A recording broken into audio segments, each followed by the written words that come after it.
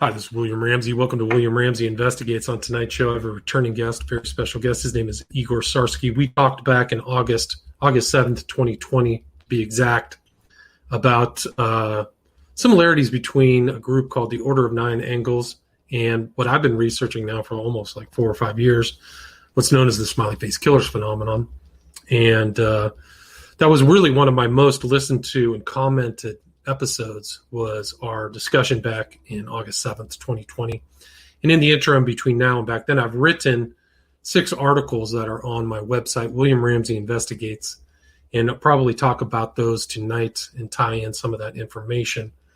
Igor has tons of new information we can talk about, but the titles of my articles, if you want to reference those at William Ramsey Investigates, are SFK, Mystery Revealed, SFK, Mystery Revealed, Culling the Mundanes, Part 2, Shandon Simpson in the ONA, Ryan Fleming in the ONA, Ethan Meltzer culling in the ONA, and William von Neuchegem culling in the ONA. And those are all very recent, either terroristic threatening cases or actual murder cases that have happened within probably the last couple of years that involved either people in the military or just random people who've been caught. William von Neuchegem that was on video. It's pretty graphic video. Stalked this poor older Muslim guy outside of Toronto and slit his throat. And he had in his social media pretty graphic, a very obvious ONA ritual taking place where he was doing the chanting. He had the Order of Nine Angle symbol, the crystals, and he's suspected of killing at least one other person. There's a tie-in, another knife murder that took place close to there in Toronto. So if people want to hear about that, but there's a lot of new interesting research, and I'm delighted that Igor is here with us. Igor, are you there? Yeah, I'm here, Will. Thank you for having me. Awesome. Yeah, thanks for agreeing to the universe. So there's a lot I can talk about, just updates and things like that having to do with this case. But what have you been up to in the interim? Can you just want to do just kind of like a brief intro, or how do you want to approach? Sure. I mean, it's good to be here tonight. I mean, speaking about something other than COVID and politics. Yeah. It's a little bit refreshing. But I mean, I've steadily been working, throughout the last 4 months after the second video, trying to kind of find new pieces of literature that kind of apply, but also kind of discussing the case with other people who are emailing me and chasing down leads that them and I have been kind of discussing. So I've been quite busy, and I'm kind of interested or excited to get going here with you today. So. Yeah, go for it. Which kind of new piece of information do you want to get started with, or understandings of this phenomenon? Well, so I mean, last time we were discussing a lot about their motive for culling, and that it was their way to affect aeonic change. Right. And as I delved further into that, I realized that there was actually a very important connection to water within that, which I actually wasn't aware of when the first video kind of came out. So I wouldn't mind going into that. Yeah, let's talk about that. What I'm referring to is so when they're talking about aeonic change, there's actually ages that they're talking about in terms of which age will it be changed from. So they're talking about the specific aeonic change is the transition from the age of Pisces to the age of Aquarius.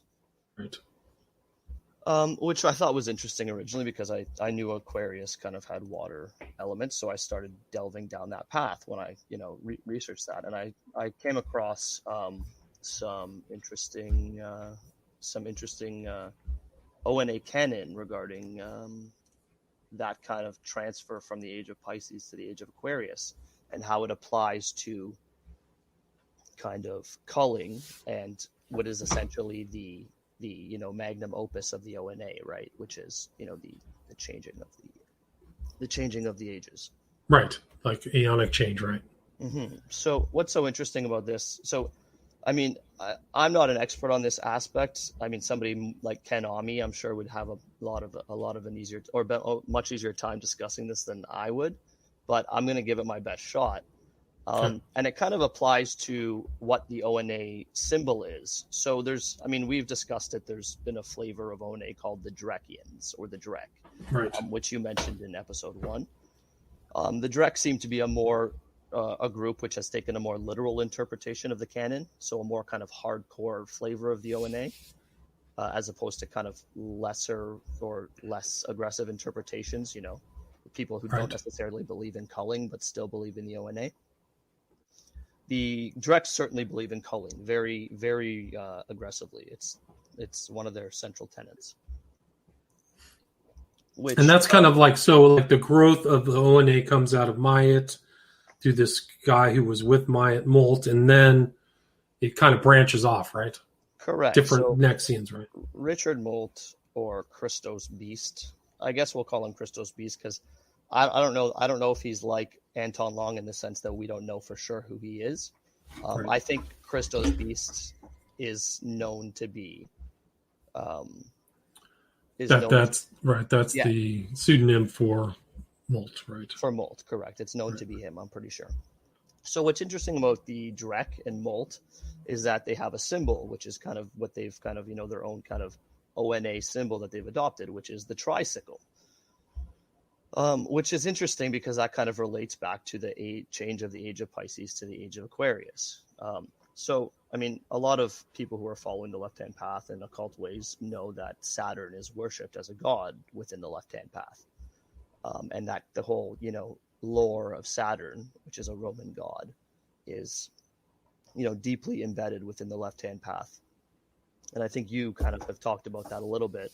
But in regards to the tricycle, what's so interesting about that is that it is actually a conjoining piece of culling and the water, essentially, right? So you have the bottom of the tricycle, which is a sickle, which is their interpretation of what, should represent culling.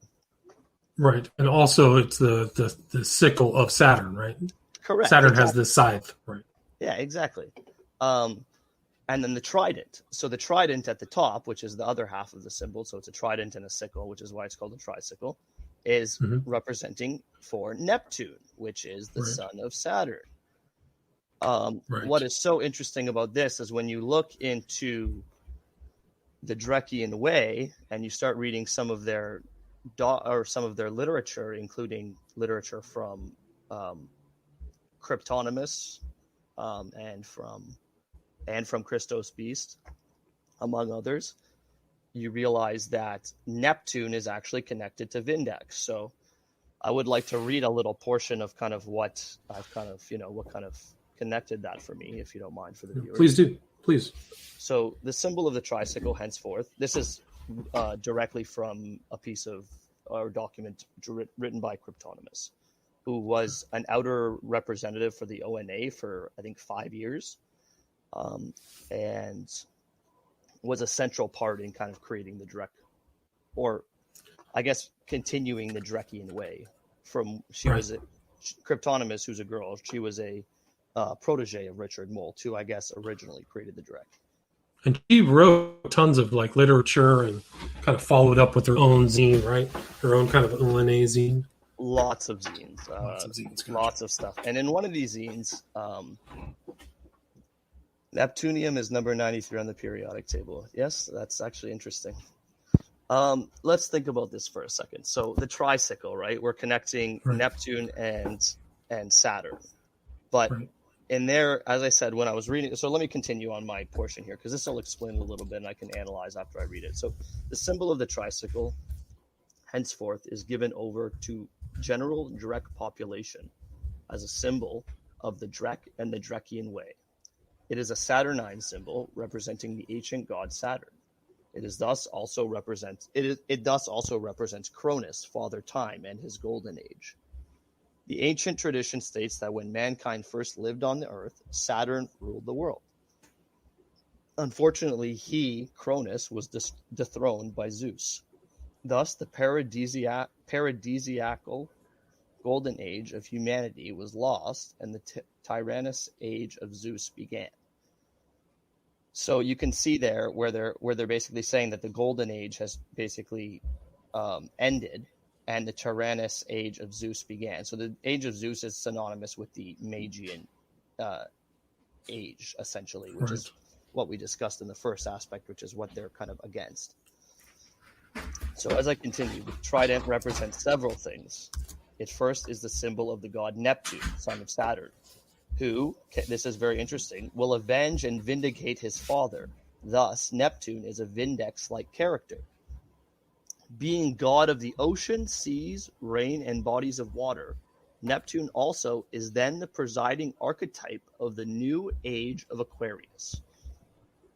When the Vindex, like Neptune, avenges and vindicates his father, and when Zeus has been dethroned, Saturn will return to once again be king, and shall then usher in a new golden age. Interesting. And so the symbolism behind the conjoined trident and sickle is to remind us of that lost age and the memories that still linger deep within the collective psyche of humanity. And that one day, in an aeon to come, that lost age shall return, for time is cyclical. And now this last part I think is really interesting. This is the great alchemical work, the labor of aeonically transmuting the base metal ages into a golden age, right? So that's the magnum opus of the ONA. This is the great alchemical work, right? And some people will know that as the philosopher's stone, right? Right. So you go back alchemy, right? Original alchemical ideas. And a lot of people have really have speculated over the past 20 years that alchemy has a huge part to play in the killings of the Smiley Face Killer without even talking about the ONA, which is really interesting. Right. No, it's very true. Leads back there as well. But I thought it was interesting because before I always envisioned the Philosopher's Stone as something more tangible. So when I'm seeing it as something, when they're saying you don't actually get to transmute gold like iron into gold or something, you're like, it's actually like you're practically transmuting something in real life from something that's bad into something that's good, right? Right. Which is interesting. I never knew that until I started researching this. Right, something outside of yourself, right? Instead of like the alchemical journey of the individual, you're creating alchemical change, external, right? Isn't that the idea? Mm-hmm. So what's interesting about this is that they're connecting Neptune with Vindex and saying that Neptune is going to be the presiding archetype over the new aeon. And we already know from video 1 that culling is the main way where they affect aeonic change. Right. Which directly, in my opinion, kind of puts water as a main potential way wherein they would be, utilizing a main potential avenue for culling. Right.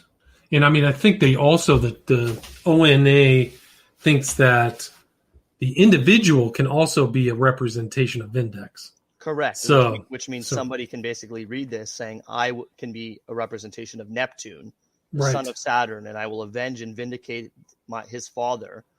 And bring a new age through this action. Correct. Gotcha. And that leads back to the culling works we talked about in video 1, where, they're trying to change, the age, right? Yeah, through practical and magical means. Right. If the ones that really get into the ONA doctrines and believe it, yes, I think you're absolutely right. So let me continue here on Cryptonimus's views. Okay. By Neptune's avenging trident, let the reign of Zeus be abolished.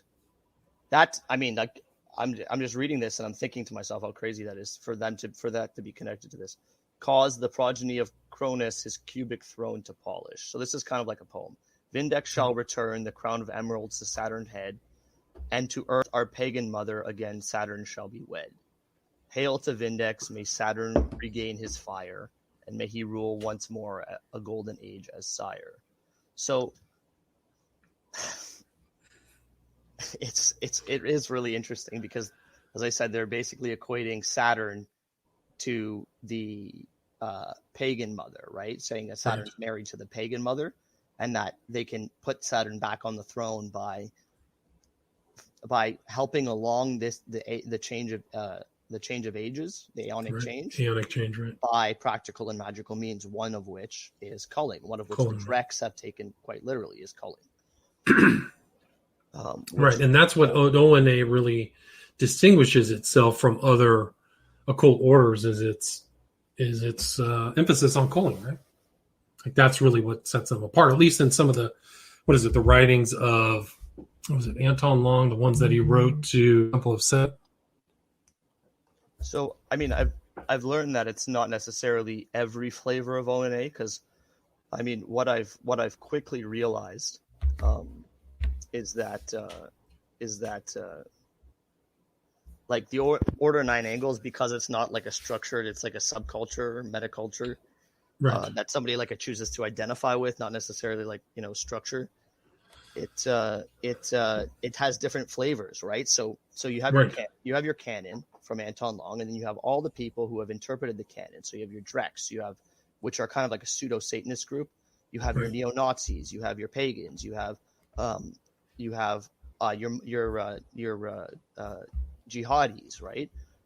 All kinds of people where it's proliferated, and they've all had in the vampire flavor even. Right. So that's the vampire flavor about the guy I talked about. His name was Ryan Fleming. So he was in Nexian, I think somewhere in the Midlands or Yorkshire or something like that. And that was his flavor of ONA, was vampiric something. Yeah. So, and not every one of these flavors necessarily embodies the culling ethos. Some of them believe it to be more part of the labyrinth kind of aspect of the ONA, and not necessarily to be taken literally. Whereas other flavors take it like Bible and think that, you actually do have to do this to be ONA, and you actually do have to do this to change, to create aeonic change.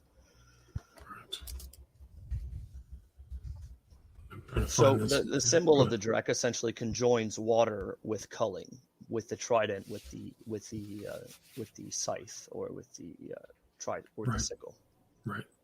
So that's the attachment, and you'll see that through all this literature is the trident on top and the sickle on bottom. Mm-hmm. Yeah. So Ryan Fleming, his thing, what he called himself Sithane, vampiric witchcraft of the Dracon Covenant. That crazy how insane these flavors are getting, right? Like they're all out of left field, like craziness.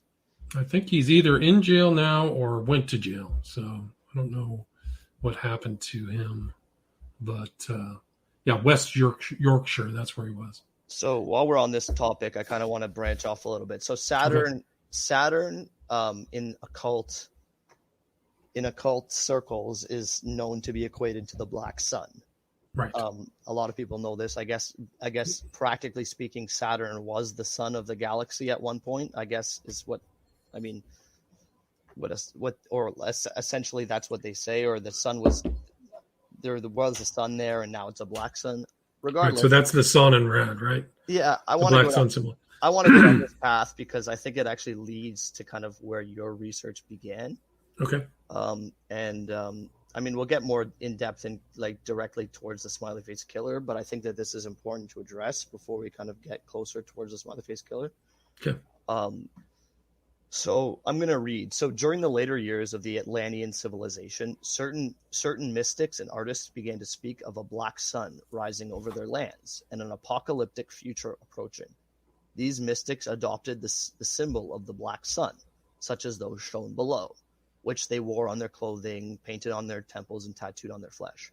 So you'll see that an apocalyptic future approaching, that can be equated to the nihilist philosophy, right? That the entire world is going to die, and that nothing matters, and that's continuing on. At first, this strange cult was ignored or laughed at by the satisfied citizens of the Atlantean kingdom. After all, Atlantis had known prosperity, security, and glory for as long as anyone could remember, and was in no danger of falling into darkness. Surely the Atlanteans have won the favor of their gods, which they honored dutifully in their temples to the white sun, the moon, the stars, and the spirits of nature.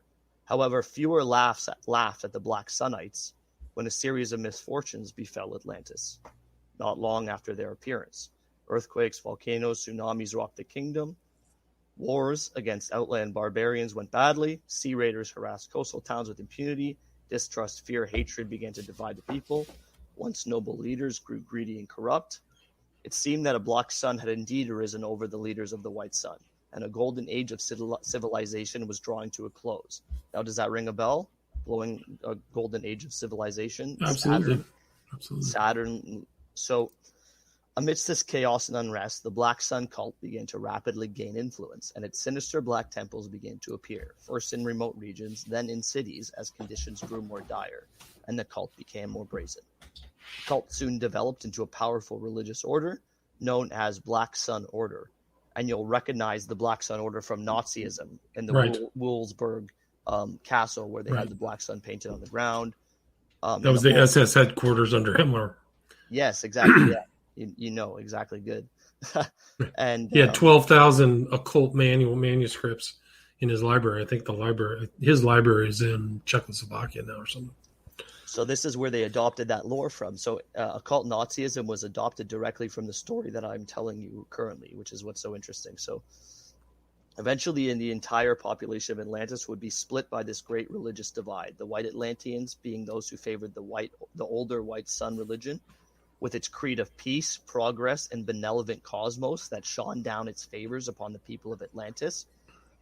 And the Black Atlanteans being those who sided with the newer Black Sunset, with its creed of conflict, conquest, and hostile cosmos that would destroy Atlantis and all the things in fires, and all things in the fires of the Black Sun, right? So the epitome of a nihilist philosophy. Right.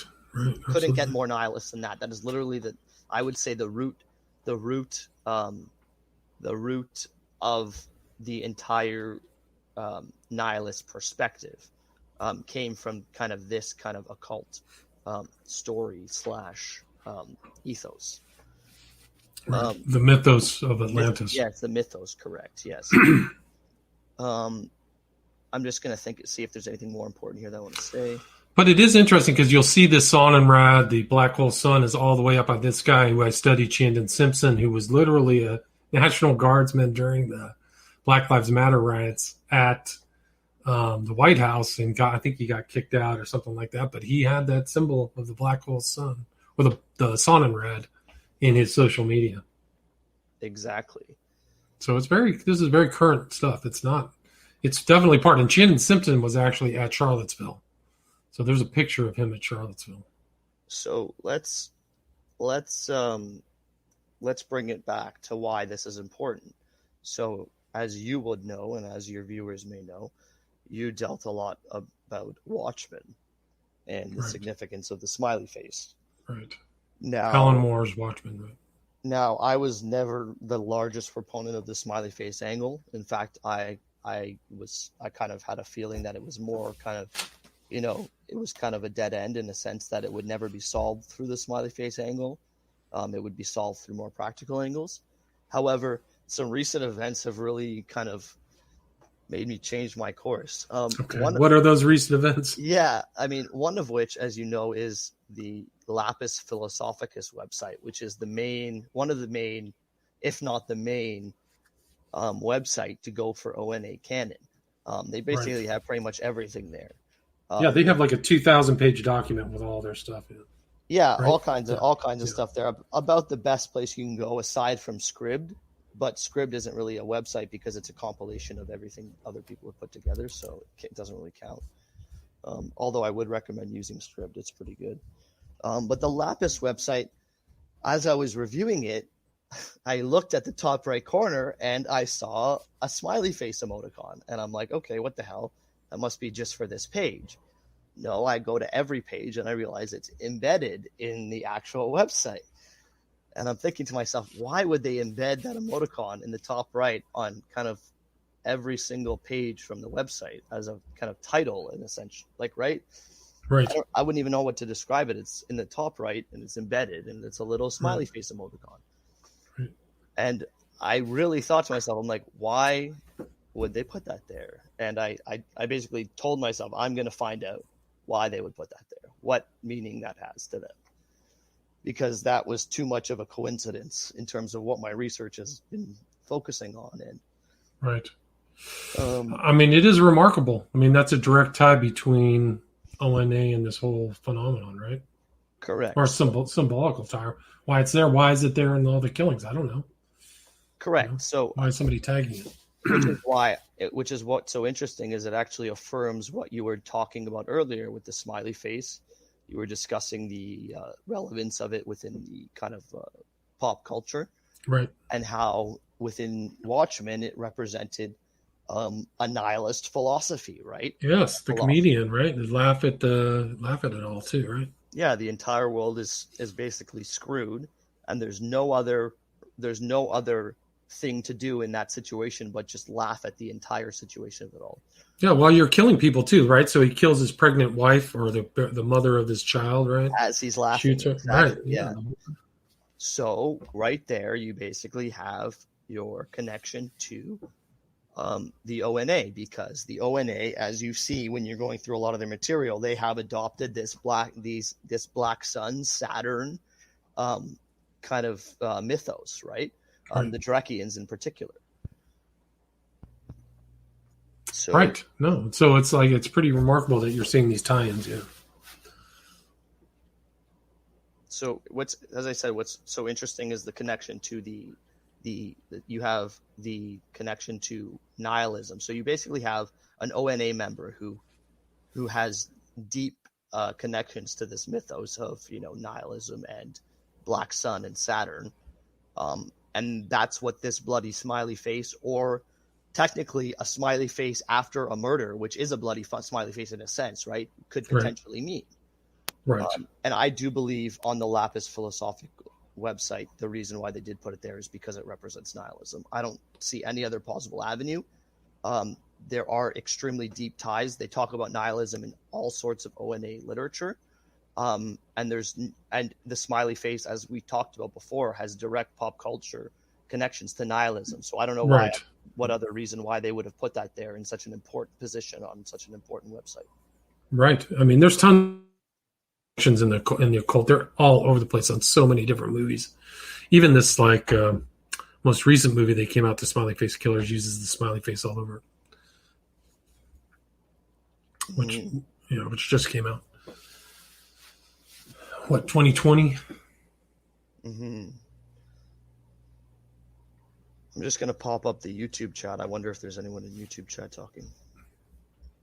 It would pop up. Does this connect? Okay, good. It does connect to YouTube, but I had to start a new channel because I got kicked off. No, I know. I just was making sure because I didn't know. But I'm not too worried anyways, because I know that a lot of people are not going to be here tonight, but still are interested in what's going on. Oh, yeah. No, it'll go out on all my channels and stuff on the podcast as well. Yeah, I mean, the only place where there isn't any censorship yet. I would expect the censorship is coming, but the podcast community seems to be censorship free. You've had a tumultuous 2 weeks with social media, haven't you? Oh man, no, I'm not going back. I'm not going back to Facebook or Twitter. No way. I'm not going to. YouTube, I'll have a different relationship with, but yeah, I'm a big free speech person, and I never insulted anybody. What YouTube claimed for me was nonsense. They couldn't back it up, and it was from videos 4 or 5 years ago. So supposedly they just keyed into I was harassing somebody 4 years ago. It's a joke. But actually, it's kind of interesting because you and I had discussed Antinous, right? And so one of the videos was my discussion of the guy from Comet Pizza and Antinous, the importance of Antinous. And I guess that's what got me flagged. That was one of my strikes. Oh, the Comet Pizza. Yeah, I guess because of the harassment, the alleged harassment. I mean, who the hell knows what really happened there? But nobody does. I mean, I just was investigating. I did not harass that guy. No, I'm saying the alleged harassment of Comet Pizza, right? So allegedly there was like a gunman who went in there and then they cracked down on people on social media who were talking bad about them after the gunman in the spirit of preventing people from getting injured, but really, I mean, they're just silencing people from talking about it. Yeah, I think there's a lot of reasons why they want to silence me off YouTube, so whatever. Okay, but we can. Anyway. So when I read this, I connected the smiley face to the black sun, to Saturn, to culling, right? Because, you have Saturn, and that's the presiding person over the age, and you have Neptune. Neptune is the presiding person over the new age of Aquarius, and he will bring Saturn back to the throne. So everything connects here, right? The smiley face, the black sun, nihilism, the ONA. which is, I mean, I have to dive deeper into it as I speak about it today. I think in my head that I have to dive deeper into that theory, but I'm hoping that other people hear about that today and kind of work that kind of angle as well. So yeah, I mean, there's a lot going on. These people clearly are using PGP to discuss issues on the back of some of those zines were, pretty good privacy codes, very pretty sophisticated cryptography. So you don't really know what they're really talking about sharing with each other. Mm-hmm. But that was actually one of the things that was speculated during, about the Smiley Face Killings is how are these people communicating over the internet? And there's something right there is they're using cryptography. Yeah, I mean, I think it's not hard to communicate over the internet or find ways to, or find secure servers to. I mean, it's you just need to work at it and figure out a way, but it's possible. I mean, Right. I'm not shocked to hear that people are, trading secrets over the internet on how to, get away more or get away with practical killings, right? Right. So what else do you want to cover? yeah, so let's continue on that. So I read that and I really focused on cryptonymous because I thought to myself, okay, you have a flavor of the ONA that really takes culling literally. The head of that flavor is the outer representative of the entire order of 9 angles, which shows how important that flavor actually is. And this representative admitted in her signs that she was the main point of contact between the entire outer world and the ONA for, I think, 4 or 5 years, which means she would have been the main person anyone would have talked to regarding culling. So if you're just a random person off the street reading this stuff and you get as far as I got and you say, I want to commit a culling, how am I going to do it? You message Cryptonymous at that time, who was, very, very active online, very active with ONA members, prospective ONA members, as she states in her signs, what she states. So I really thought that she could be a potential to focus on. So I started reading these signs because this came from the first sign. This the poem about the age of Pisces to the age of Aquarius, Neptune, Saturn that I originally read came from one of her first signs, which also shows how important it is. She has about 13 to 14 signs. This came from the very first one. So it shows how important it is to the greater metaculture of the ONA, and particularly the Drex. But there's also some more interesting stuff in her signs. More than I could ever address tonight. As I sit here, I'm trying to figure out what I want to talk about. But I think the ones that connect to water are most important for your viewers to hear.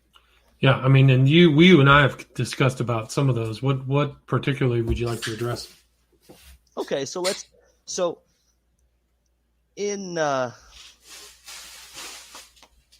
in one of her signs is a poem called "The Fractured Flowing Sea," and this can be found on Lapis Philosophicus website, like mostly everything from the ONA can. The website with the smiley tag on it. Right.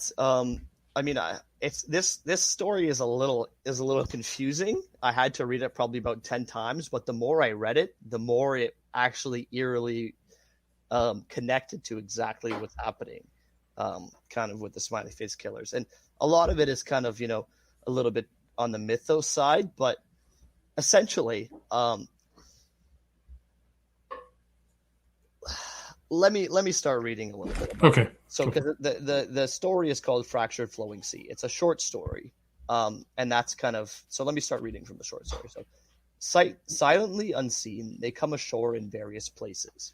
There, from their restful lair beneath such offshore seas as hides them, come ashore to especially seek out the young, the vulnerable, whom they entice to suicide, to murder, and to death, and whom they sometimes steal alive, breathing. For, this is an important part, it is the acasual energy, the very animator of mortal human life, that they, these shapeshifters, need acquire at the very moment of human dying, when such humans give up such mortal, limited, casual lives, and makes and marks them as but temporary mundane vessels for that acasual energy that is the essence of their very cosmos. So the story starts out with these shapeshifters who can be described as probably acasual beings. So they're not actually in the casual realm, right? They're in the acasual realm, which is important to the end of the story, that these aren't actual physical things in the realm that you can see and touch, right? Right. So these Yeah, are and they just, consistently ONA doctrines and theology, or what they would call praxis, always has this duality between the causal and acausal world. So the causal world is our temporal, five senses world, and then there's an acausal world where the dark gods are and all these other things that you're trying to influence or bring down.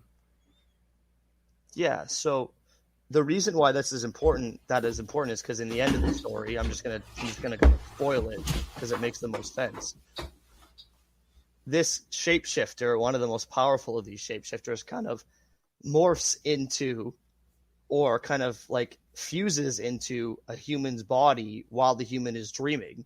The human wakes up and is set to the task of doing exactly what the shapeshifter needs, which is to acquire the mortal limited, or to acquire the essence of the from the temporary mundane vessel, right? The acasual energy that is the essence of the temporary mundane vessel. So that's the spoiler, just as I'm reading, so that's how the duality between the casual and acasual works. So this shapeshifter doesn't actually come on to the shores and kill people. They're presenced by a human being who does their bidding. Right. So they're almost like the person is asking to be possessed. Something like that. Exactly. Yeah, exactly. So let me continue reading. So, I'm just gonna try and zoom to the important parts because I don't want to waste any time here with your viewers. So they come onto the shores to snatch these human beings to drain their casual energy.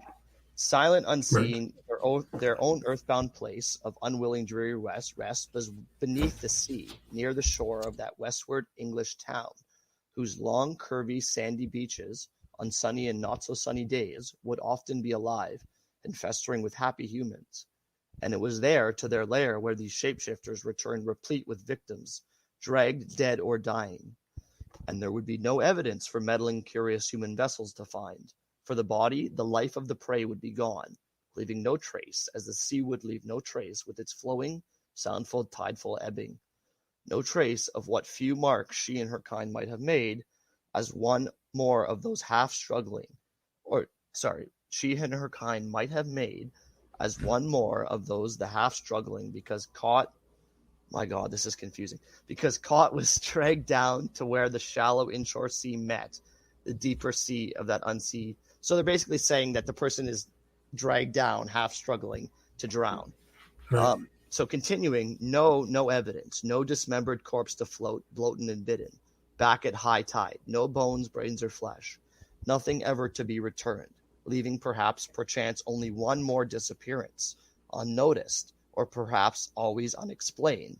No, there would be no evidence for those human vessels to find, for she and they would devour or use them all, every ounce of human brain, muscle, organ, flesh, every drop of plasma, fluid, body, every inch of marrow, sinew, bone, needed as required. They needed the very acasual life force that seeped out from such vessels, as and while those humans cried, spluttered, gurgled, and died. So let me read that again. Okay. They needed the very acasual life force that seeped out from such vessels, as and while those humans cried, spluttered, gurgled, and died. Food energy to maintain such forms. Right. So that is basically the victim's drowning in the story. Drowning, right. The victim that they take to obtain the acausal energy. The acausal energy, right? Is drowned. But that's actually kind of a common theme, right? Of this kind of like you're supposed to capture spiritual stuff in your quartz triangle, or right? Quartz pyramid. So there is some kind of weird flavor within the ONA that talks about like acausal energy and like basically absorbing energy within a crystal, right, or a tetrahedron. Which is kind of applies exactly to what this is. So what the kicker of this story is not that. What the kicker of this story is basically that they focus on a westward English town where throngs of people are exiting bars to the night, and that's who they target is throngs of people exiting at the night who are drunk and basically easy prey. Right. So they've talked about that in some of their writings, this same kind of environment, right? Late night environment. Well, correct. So we talked about that in version 1. But in this story specifically, they're talking about that's who these shapeshifters target is throngs of people coming out from bars. And when we talked in the pre-show, you talked a little bit about another known victim, right? Does that tie into that, what we talked about? If you remember? Well, yeah, I guess. I mean, from my perspective, I think, a lot of people have said, it's not, nobody's been caught trying to use this MO, right? Nobody's been caught maybe trying to abduct someone from a bar. That's not true, because first documentary, Lanfear, he was doing that exact same thing. So it's definitely happening. Or has happened. Yeah, there's examples of that, but there's actual examples that place right back to the occult and Satanism, which is, I guess, what you were just referring to. Right. And the murder of Mark Kilroy in 1989. So I guess we can talk a little bit about that. Yeah, I can do it. Because, yeah, sure. I just, in relation to the fractured flowing sea, the reason why this applies is because that's who they're targeting in this story, right? The person who wakes up from the dream and basically is doing the exact bidding of the shapeshifter, which is to go to these places and get the victims. And I'm not sure if it is to put them in the water or drown them. I mean, that's not quite clear, but it's definitely they're drowning in the story, and that's how they obtain the victims. So that's how this applies to Mark Kilroy, right? Right. And so Mark Kilroy was really the first gringo victim of this satanic cult led by Adolfo Jesus Costanza, I think was his name. And it was in Mexico, just across the border. But the place where he was taken was Matamoros. So they're known as the Matamoros murders or something like that. But yeah, he was selected, and they hunted for somebody right at that time, right as the bars were closing. And they were looking for someone who was a white male of that age as well. That was what they needed. Exactly. It was intentional. I think he was like 19, 20, 21. And quite simply, all they needed to get away with this is for Mark to separate from the group, because that's what happened. He separated from the group, and they basically just drove up on him and shoved him into a van. And he was 21, very athletic. Was he 21? Yeah, age 21, athletic. Your standard SFK victim, yeah. They didn't have any utility either. They just shoved them into a van. Their only utility was the van in itself, right? I mean, which shows how easy potentially this is in lesser supervised areas, right? I mean, in the U.S., you have cameras everywhere. In Mexico, I'm not so certain you would have cameras everywhere. Not at that time. I don't think so at that time. Good point. In '89, definitely not. Which is why I think in particular why we see the victims in the U.S. are near water. But we can talk about that later. Do you want to talk more about the Kilroy case? Well, I mean, it gets pretty graphic, but yeah, he didn't end up well. And he was just one of many, though. I think he was like victim 20 or something. Which is what's so scary about that, because you're thinking to yourself, okay, these guys this is like the last victim, and that's how they were basically, that's how they had polished their MO by the 20th victim. That definitely sounds familiar in terms of, somebody polishing their MO in the same regard. Right. But what is interesting about the Kilroy case is that they basically brute force abducted him, and he was drunk, so they were successful, but they drove a block, as the Wikipedia page says, and he was able to break free. And they had to chase him down again and bring him back at gunpoint, which is pretty messy. And most people can agree that, I mean, as the Smiley Face Killers, or anyone who is trying to use the Smiley Face Killer modus operandi in the United States, you can't have that type of leakage. You're going to get caught pretty easily. Right. Which is why we've been seeing a lot more utility, people getting creative with utility in the U.S. cases compared to this case. Not as blunt force, that's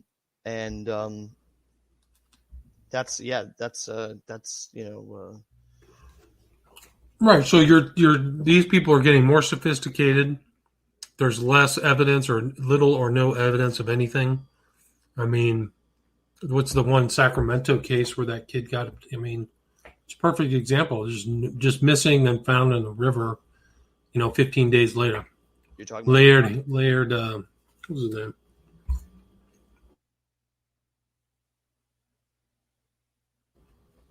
The kid in Sacramento. I can't remember his name offhand. I'm thinking of Shane Montgomery though as like a prototypical case because Shane wasn't drunk, right? Right. And I think they said he had 2 drinks. Yeah, he which is not drunk. Low blood alcohol, but he was perceived as drunk because he was kicked out of the bar for falling over the DJ table, which, as I was saying to you in the pre-show, could have, somebody who's watching could have perceived that as, a cue that he was drunk. So, and he was also right next to water. So I think we can kind of talk about that now, the kind of sophistication. So you see in the Kilroy case, that's very rudimentary. Right. They're brute forcing it because they don't have to worry about cameras. They don't have to worry too much about, the kind of intangibles. But in the U.S., you do. If you're going to be operating in places like Chicago, Wisconsin, Minneapolis, Boston, New York, or Bristol, or Manchester in the UK, or London. So you had to think about it. You're like, okay, so how the hell do they do it, right? How are they getting so sophisticated? I mean, a big hallmark we've seen in cases is drugs, which a lot you've mentioned that in a lot of your cases. Yeah, GHB, sure. That goes back to Gannon and Gilbertson as well. Yeah. That's a piece of utility that killers have been using. Not every killer has access to drugs, which means not every person using the MO can use the drugs as utility. But we've seen, a case's perfect example is the Patrick McNeil case. He was drugged inside of the bar, and the killers abducted him knowing he was drugged, I assume. I would assume that as well. Yeah, which means they were using the drug as a utility. Another utility that people have speculated is women. So we know that, I mean, I'm just throwing it out there, Cryptonimus is a girl. And, if you had other girls who were, I guess, ONA followers, they could potentially be used as utility as well. I mean, I think that every boy would attest to the fact that if a good-looking girl came up to them in a bar, started chatting them up and said, for them to meet them somewhere, they probably would go on their own by themselves and meet them somewhere. Without ever thinking that they could potentially be in trouble. Because, they're totally a strong guy. She's a young girl. So there's another piece of utility. One other piece of utility that is interesting is electroshock weapons. And this is something that I don't see talked about nearly enough as far as I'm concerned. Because you're actually seeing a lot of cases where criminals are being caught with these weapons, which means you can see it's evident that they're actually being proliferated around criminals. And if you're looking at, sorry to interrupt, but if you're looking at the screen, you can see the representation of the tricycle. So it's the mix of the Sith of Saturn and the trident of, which is the Greek god? Neptune. Thank you. Yep. No, it's I'm not even sure. As I said, I'm sure Ken Ami would have a field day with this stuff. But probably. I definitely had to do a lot of research to get even close to, even some type of knowledge on this, because it definitely is pretty deep. But this actual segment is what you were reading from earlier. Exactly. Correct. Sure. Yep. So electroshock weapons. So I was speaking with an ex-Green Beret who I cannot mention his name because we're not talking names on this stream. Nope. But he had a lot of interesting things to say, because we were talking and I asked him, we got to a point where we were talking about how somebody would actually execute these killings. And I asked him point blank, I said, how would you do it? How would you replicate it so efficiently? Because obviously the MO has been able to replicate it effectively and efficiently without being caught long term, which is not easy, because where's the one case where it went wrong, right? Where's the one case where they had to, maybe it flew under the radar as a failed abduction and it didn't register as being connected. I don't know. But it seems like they've been fairly successful with the MO. Yes, I would agree with that. And you look at the Kilroy case, these guys, they'd already abducted 20 people and they still had trouble with this guy abducting him. He got away and they had to chase him down again. And, these are big guys, 21-year-olds are athletic. They can beat the shit out of you if you're not careful. So that's what's so interesting about that is he flat out told me, this is what he told me, is that electroshock weapons have a very interesting scholarship behind them, in that the wounds that they make are actually not, the scholarship surrounding the wounds is not cemented. So different electroshock weapons will make different wounds on the body under different circumstances. So there's a double kind of limiter, right? So let's say you're wearing a thick shirt, it'll make a lesser mark. Let's say you're wearing a jacket, it'll make, it may not even make a mark, right? Let's say you're wearing a t-shirt, it'll make a bigger mark, right? Let's say you're using a specific type of weapon, or let's say you're using a taser as opposed to some type of other electric weapon, it would make a different mark. So what's also so interesting is that some of these electro weapons actually don't make distinctive marks. So they can be confused with bruises, especially if they are left alone for a long period of time, confused with post-mortem bruises. So if the body is tumbling around in the river and, hitting sticks and, getting all the post-mortem bruises that it gets. Right. A medical examiner is going to have almost no opportunity to see the electroshock wound on the body, let alone know what they're looking for to begin with. So it's quite interesting when I thought about that, because he also mentioned intelligence agencies. So he said that intelligence agencies often have to, use these type of, tactics to abduct people, right? To abduct people without necessarily having anyone see it or anyone, any big commotion happening. Right.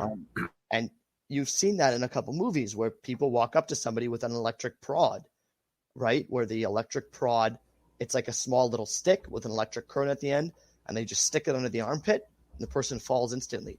And that brought it back to me, and I started researching and I started YouTubing actual victims of tasers, right? And seeing how they reacted. And my God, they dropped.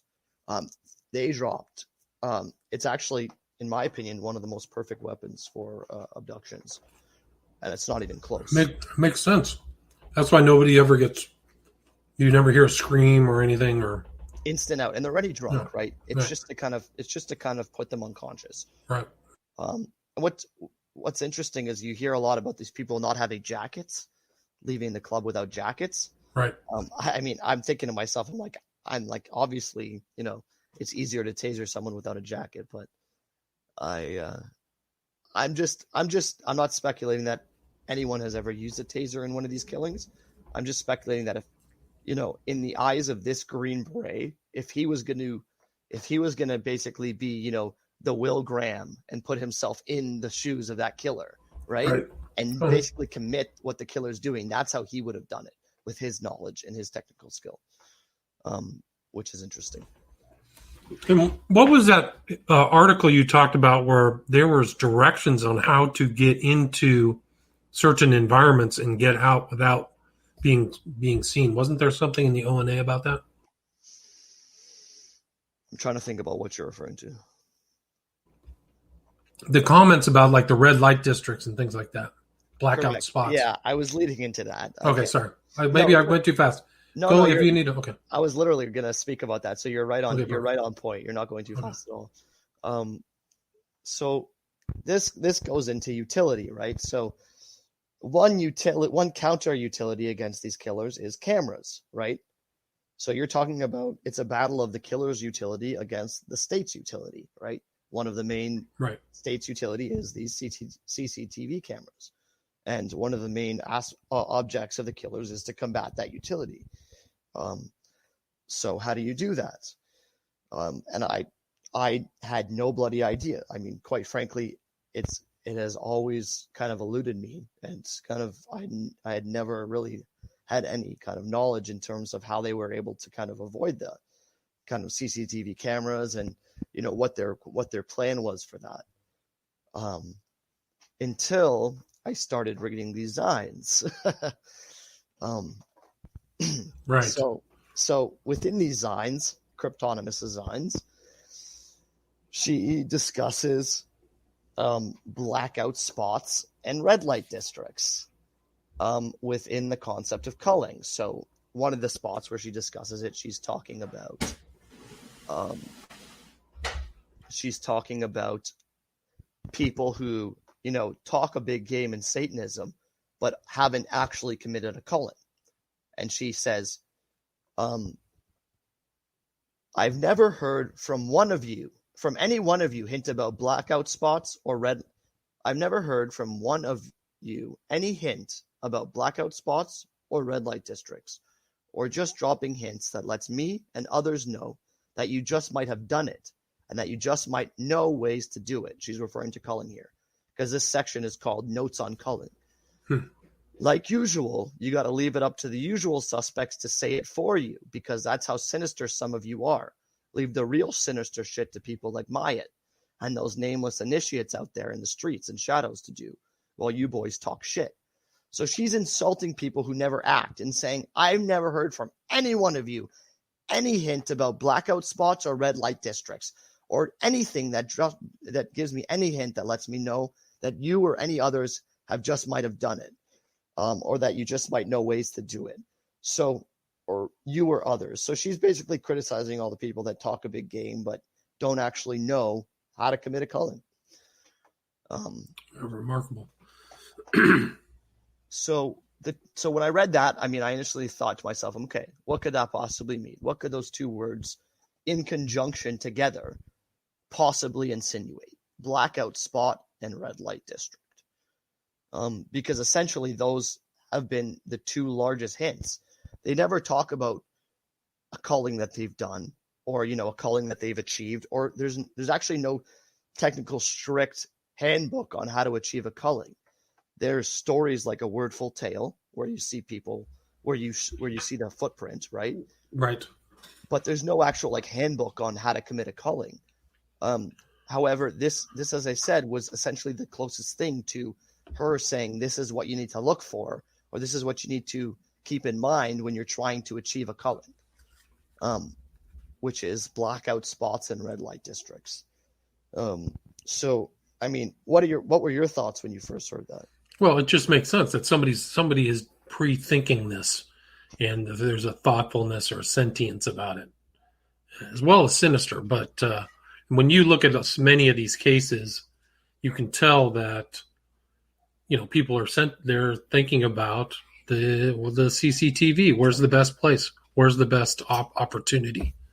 And I mean, the list is way too long, but there's so many elements and so many cases, whether it's in Exeter or Bristol or even Manchester, some of those cases, it's pretty clear that people are trying to avoid. They know about the CCTV cameras.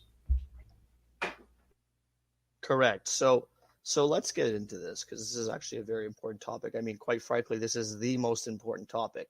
You have the highest ranking member of the ONA at the time telling you that the major hints from somebody that shows that they've committed a culling are blackout spots and red light districts.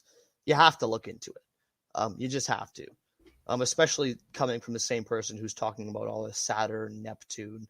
The god who presides over bodies of water is also the Vindex-like creature who will basically preside over the culling of people, right? Right, so the bringing the new golden age, right? This is Kryptonimous. This is the same person, the leader of the Drex, right? So the most, the people who have taken the culling aspect the most literally. So it all connects. So I started looking into this, and I found some pretty interesting stuff, I think, and I would definitely love to share it with your viewers. Yeah, please do. when you look into red light districts within the U.S., you find out that not every place has a red light district. In fact, most places do not have a red light district, a historic red light district. So, generically speaking, a red light district is a street of bars, right? That's what somebody thinks of it as. But technically speaking, there are historic red light districts in towns all around the U.S. that are right next to water. So the hallmark of a historic red light district is that it is right next to water because it attracted sailors, right?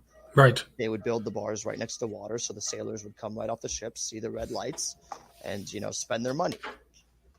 So all the historic red light districts in the United States are right next to bodies of water, be it rivers or lakes. Right. Or ocean, just the ports, Yeah, I guess that's true as well, right? I mean, I'm thinking more the internal landlocked areas, yeah. Exactly. I'm thinking more like the central, big areas of big Smiley Face Killer areas. Although there have been cases all around the U.S. and on the West Coast as well. Yes, correct. So when I started looking into historic red light districts in the U.S., as I said, I noticed that not every place had it. But some pretty key places did have it. So I noticed that 6 of basically the largest hotspots for the Smiley Face Killers all had historic red light districts. So I'll just list them quickly. So you have Boston, Massachusetts, which has the Combat Zone, which is Washington between Boylston and Neyland Street. And that's next to the Charles River. And I think everyone knows how many cases are in Boston there. Tons. I think you'd be shocked to see how many of those cases are actually right near the combat zone. So I'm just throwing out cases that I spent very little time on collecting. But Zach Marr, Eric Munsell, Dustin Willis, William Hurley, Eugene Losick, John Daly, David Mark, Franco Garcia, all within a 5-mile radius of Washington between Boylston and Neyland.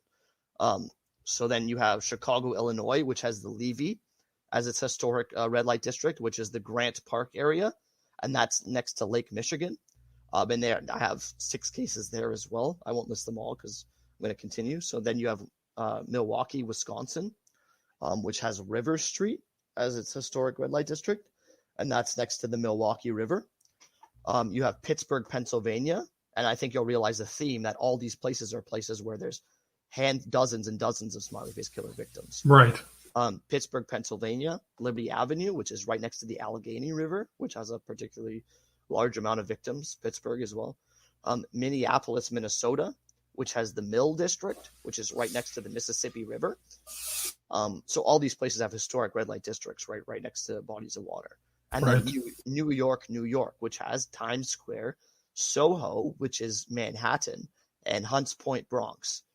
So basically, and that's next to the East River and the Hudson. So it's like sandwiched, I guess, between the East River and the Hudson. Right.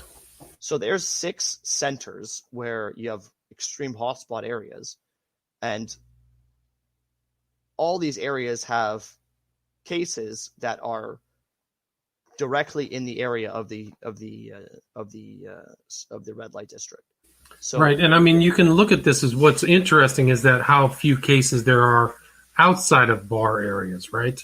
So you can go, like Omaha, Nebraska, or Wichita, or maybe there's a few there, but there's certain places where that's not happening. Yes, and I think this is actually, so when I started realizing this, I started realizing what they meant by blackout spots. So when you realize what's going on at all these locations, you see where all these people went missing right in the areas of these red light districts, right next to water. And then you realize what could they possibly mean by blackout spots. You realize that the blackout spots don't exist inwards of land, right? Or they're a lot more difficult to decipher for somebody who's canvassing the area. So if you were to be canvassing for blackout spots with cameras and you were to be in the middle of Manhattan, let's say, it would be near impossible to canvass for blackout spots. It would be very difficult to, figure that out. But if you were right next to a body of water what that allows you to do is it allows you to put your back to the water, knowing that you have a 180-degree angle of blackout spot right behind you. And you can make your way forward from the water, canvassing the area, right? So when you're looking for blackout spots, where do you start? You don't start right in the middle of an area of land. You start right at the water where you have the 180-degree blackout spot, and you move forward. And then perpetually you increase your blackout spot, knowing that there are no cameras pointing from the water inwards. Right, right. So that's quite interesting to me, why areas right next to water full of bars, which essentially are red light districts, right, which are bars next to water, Sure. are used because you have throngs of people coming out, lots of victims, right, who are drunk, who are basically easy pickings, and you have the potential to map out areas of blackout areas that are not, that are not covered, right? They're not, there's no thing, right? Exactly. It's pretty scary to think that there's that much written out thought about this MO. People, you can see the MO from the other angle, like this is clearly what's happening, but seeing it from the other side is pretty eerie. And I prompt anyone who's listening to this to actually go out if you have a body of water near you and see what I mean. So if you have a body of water that's near kind of, some bars or something, just go there and put your back to the water and start walking forward until you get to a camera, right? And then you're going to realize that there's actually a decent blackout portion by the water. Some areas more than others, but if you're able to basically map out a certain blackout spot, and you have a red light district where you have tons of people exiting, and you have, let's say, an electroshock weapon, the MO becomes kind of easy, doesn't it? I would say so. I mean, if you've staked it out and stuff, and then, you don't even know what happened to these people after they get electroshocked or something. Yeah, I'm not sure that all of them are being electroshocked because, you see that, your people are able to do it in the most rudimentary fashion, as per the one we just talked about in Mexico, where they basically just force the guy brute force into the car. The problem I have with that is we're seeing a lot of cases where the victims are sentient and not drunk. Dakota James, Shane Montgomery, they're just like a couple that come to mind. Guys who Right. are, known to be not wasted. Or not drinkers, not big drinkers, right? Yeah, exactly. How do you get these guys successfully into a van without them, without any, defensive wounds on them, without using something that gives you the advantage, right? So yeah, that's kind of my perspective on that kind of utility aspect of, Right, but it's scary to think that order's thinking about it, and I just brought up this was actually a document. Let me see if I can pull this up for the video. I don't know if this document is legit, but there is such a thing as the NCTC, National Counterterrorism. National Counterterrorism Center.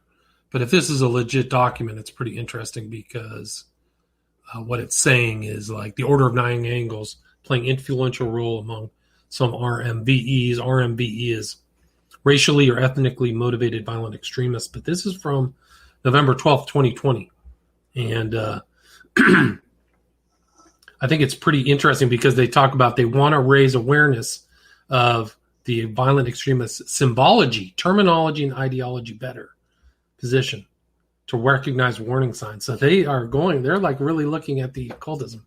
And this definitely, to me, has the aspect of reality. It says not for public release, but are you seeing this document on there? I think I sent it to you. Yep, I've seen that document for sure. Yeah. Yeah. And then they mentioned Melzer, who I've written about. I know Denton, Jacob Catterley. So, there's a lot of people, but it's pretty remarkable that this document got out. I think it's an interesting document. I'll try to post it up on my webpage if people want to see it. So the comment she makes about blackout spots in red light districts directly connects culling to water. Directly, right? Because she's saying that, that's how you do it with the red light district advantage, which is the ability to have a lot of victim pool right next to a blackout spot. Or a potential blackout spot. But also, I assume that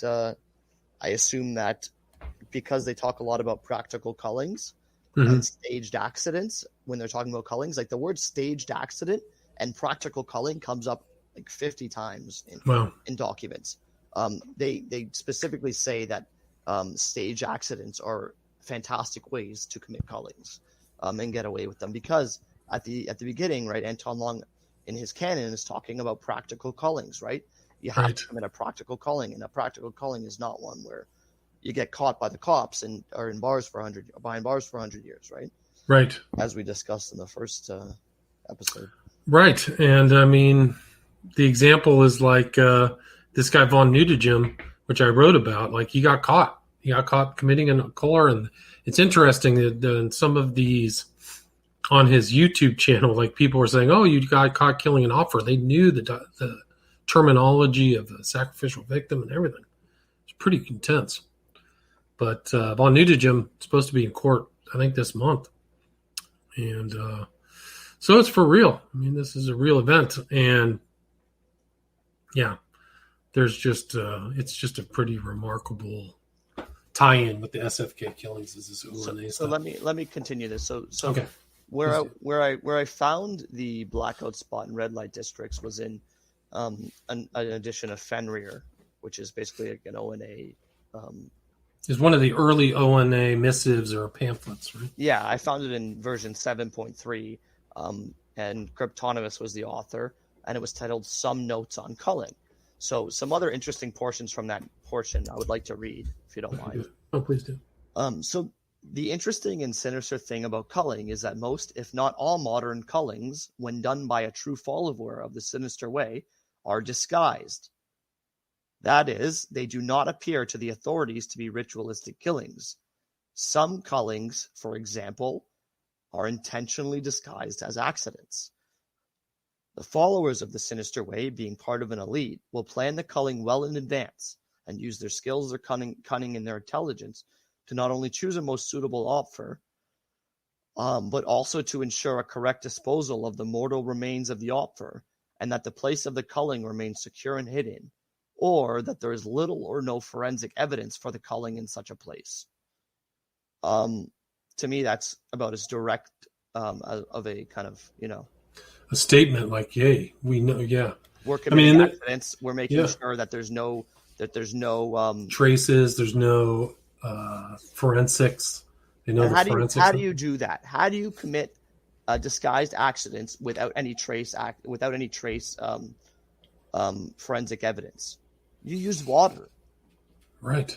Everybody knows water washes away a certain amount of forensic evidence. Not all of it, but a certain amount. And quite frankly, unless you're putting them in that's not a staged accident though, right? The only other way I could think of is you put them in acid or something, but that's not a staged accident. Right. It's obvious that something's missing. That's the whole thing. That's the whole purpose of the water. It's fake. It's staged. Exactly. That's the key into all that odd ideology. And that's so what you have the puzzle piece fits. Yeah. It's a culling, but they're doing that basically to make it practical, to make sure that they're not being caught for the culling, right? Right, and you don't know where the real drowning takes place. If somebody gets abducted, you don't know. It may not even be taking place in that body of water somewhere else. I'm almost positive it doesn't take place in that body of water. And I'll tell you why. Okay.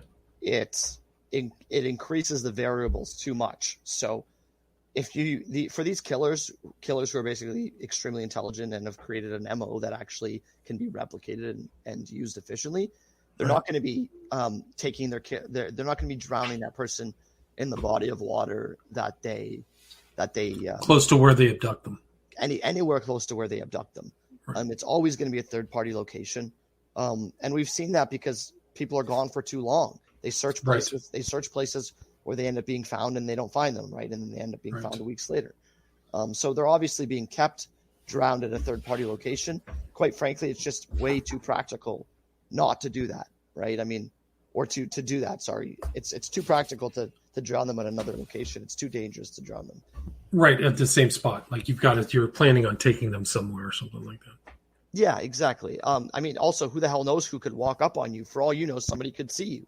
Right. So they have to be secretive. They have to do something. And if you read some of their literature, their like fables and stuff, there's a lot of secretiveness. There's a lot of plotting and planning type things. in what is it, the what's the one called, oh no, I can't remember the name of it, but there's like 4 stories. But yeah, it ties in with some of this more recent writings, but also the older writings they're still teaching people how to, operate sinisterly. Correct. Which is why Cryptonimus is such an interesting figure to focus on, because she was the person who was the main point of contact between anyone who was basically looking to call and looking for kind of tips to call. And that's why all these writings by her are so interesting, because she was essentially the one who potentially could have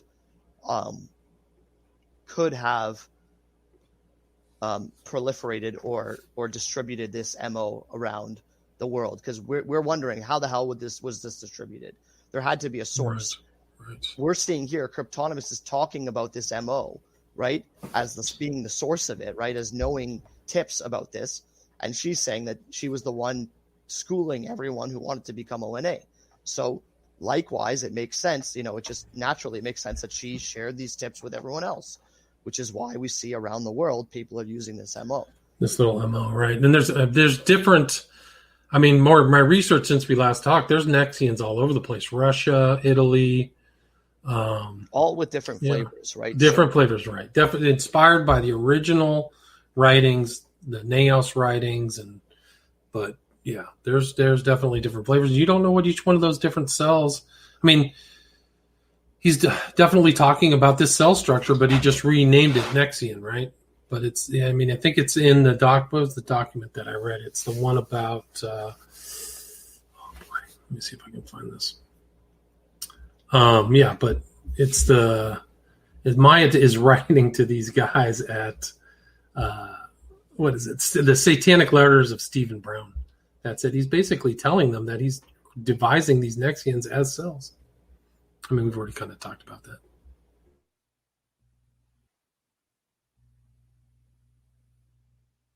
You still there? Yeah, I'm still here. I'm just reading something right now. I'm trying to think about how I want to tie this in.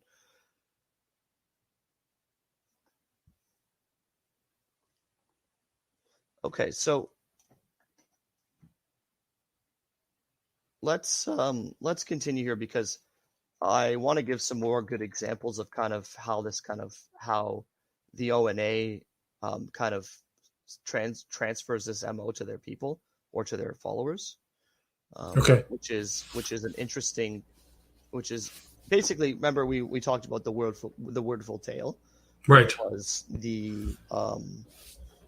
Which was the story where we saw the footprint of the ONA or the SFK modus operandi, right? And there's actually another story that kind of fits the exact same bill, which is interesting, because I guess the more of these stories you find, the more the point applies that they're showing people to do this, right?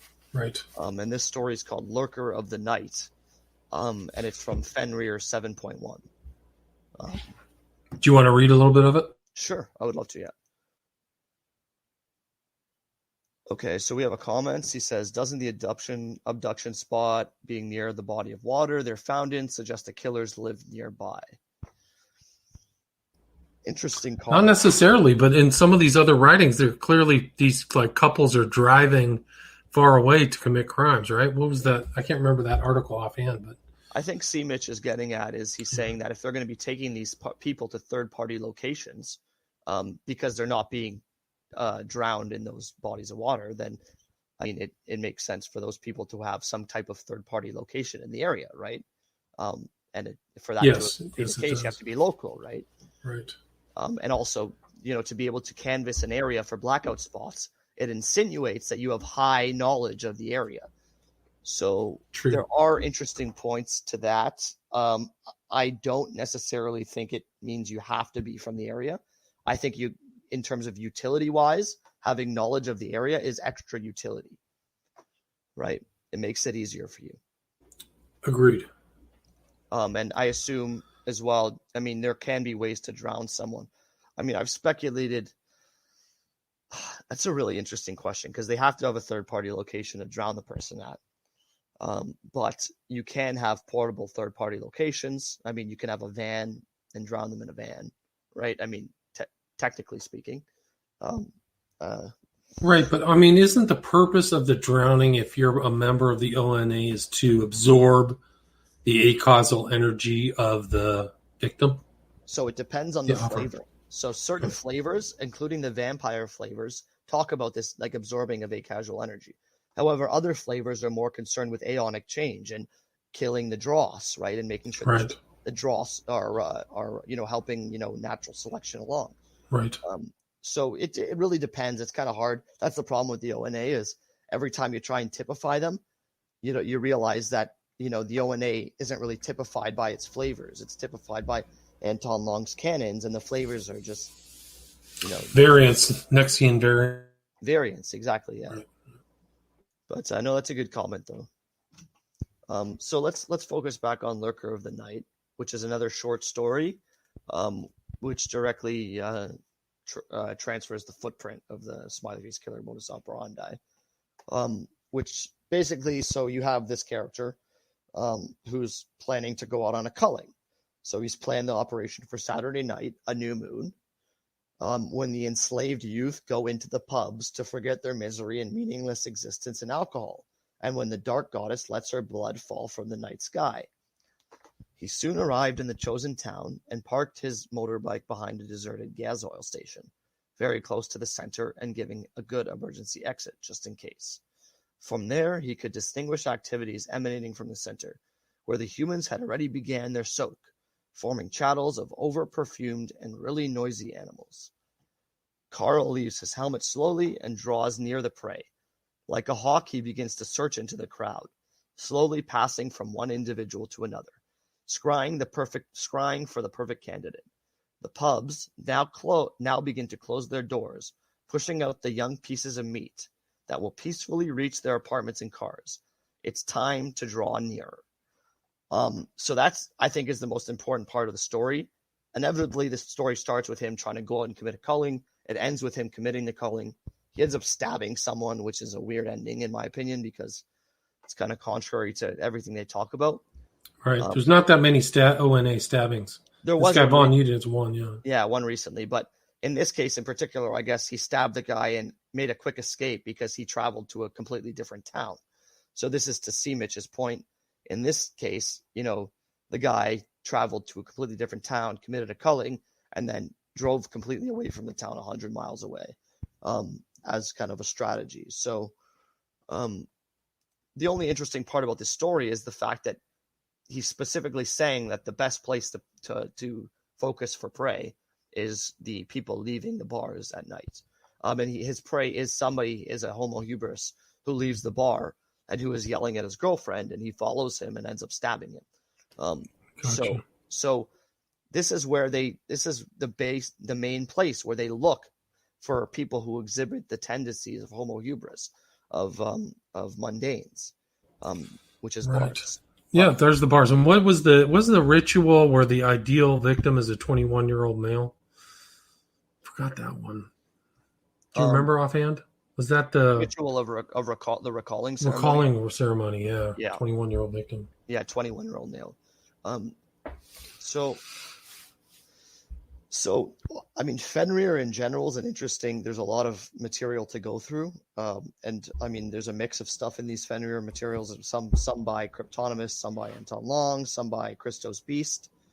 Right. But here's the question.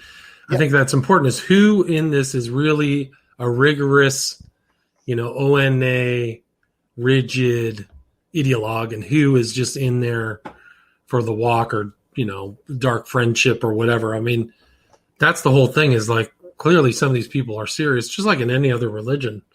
And some are, maybe a little more lukewarm, I would say.